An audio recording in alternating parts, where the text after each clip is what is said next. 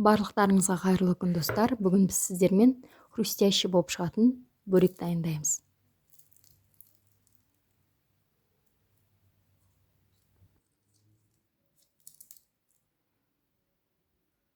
Тіпті қытырлақ екендігін мына видеодан көрсеңіз де болады. Менің каналыма тіркеліп, видеоны соңына дейін қарауды ұмытпаңыз. Сіз білмейтін құпиямен бөлісетін болам. Алдымен қамырын дайындап аламыз. Өзіңіздің қалауыңызша жасасаңыз болады. Ұнға шым тұз қосып, бір жұмыртқа қосып, жылы сумен жақсылап илейміз.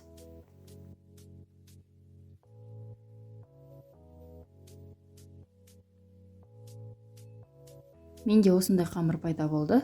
Оның бетін жауып, 10-15 минут тындырып қоямыз. Аса қатты үлкен емес, орташа осылай күлшемізді дайындап аламыз. Одан кейін кесеге 2 ас қасық крахмал қосамыз. 1 ас қасық ұн қосып, екеуін жақсылап араластырып, күлшемізді осы ұнтаққа илейтін боламыз. Сол кезде біздің бөректеріміз өте қытырлақ болып шығады.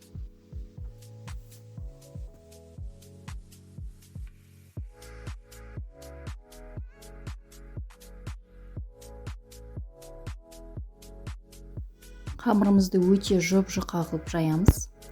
Күлшеңізді бастапқыда аса үлкен етіп алмаңыз. Орташа көлемде жарайды. Мінекей осылай жұп-жұқа болып тұрады. Енді оны видеодағыдай немесе өз қалауыңызша бөлсеңіз болады.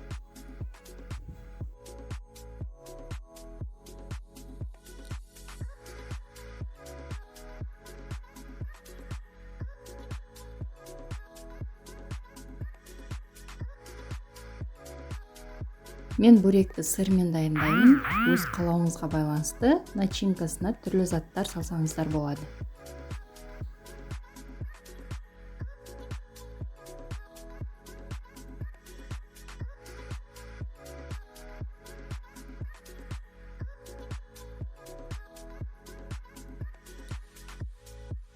Бөректерімізді майға қуырған кезде мына шеті ашылып кетпес үшін сумен кішкене ылғалдап осылай жапсырып қоямыз.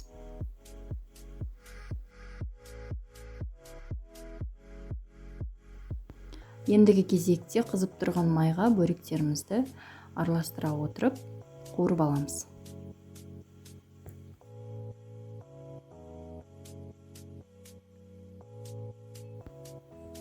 Міне бізде бөректеріміз дайын, өте қытырлақ болып шығады. Міндетті түрде жасап көріңіздер.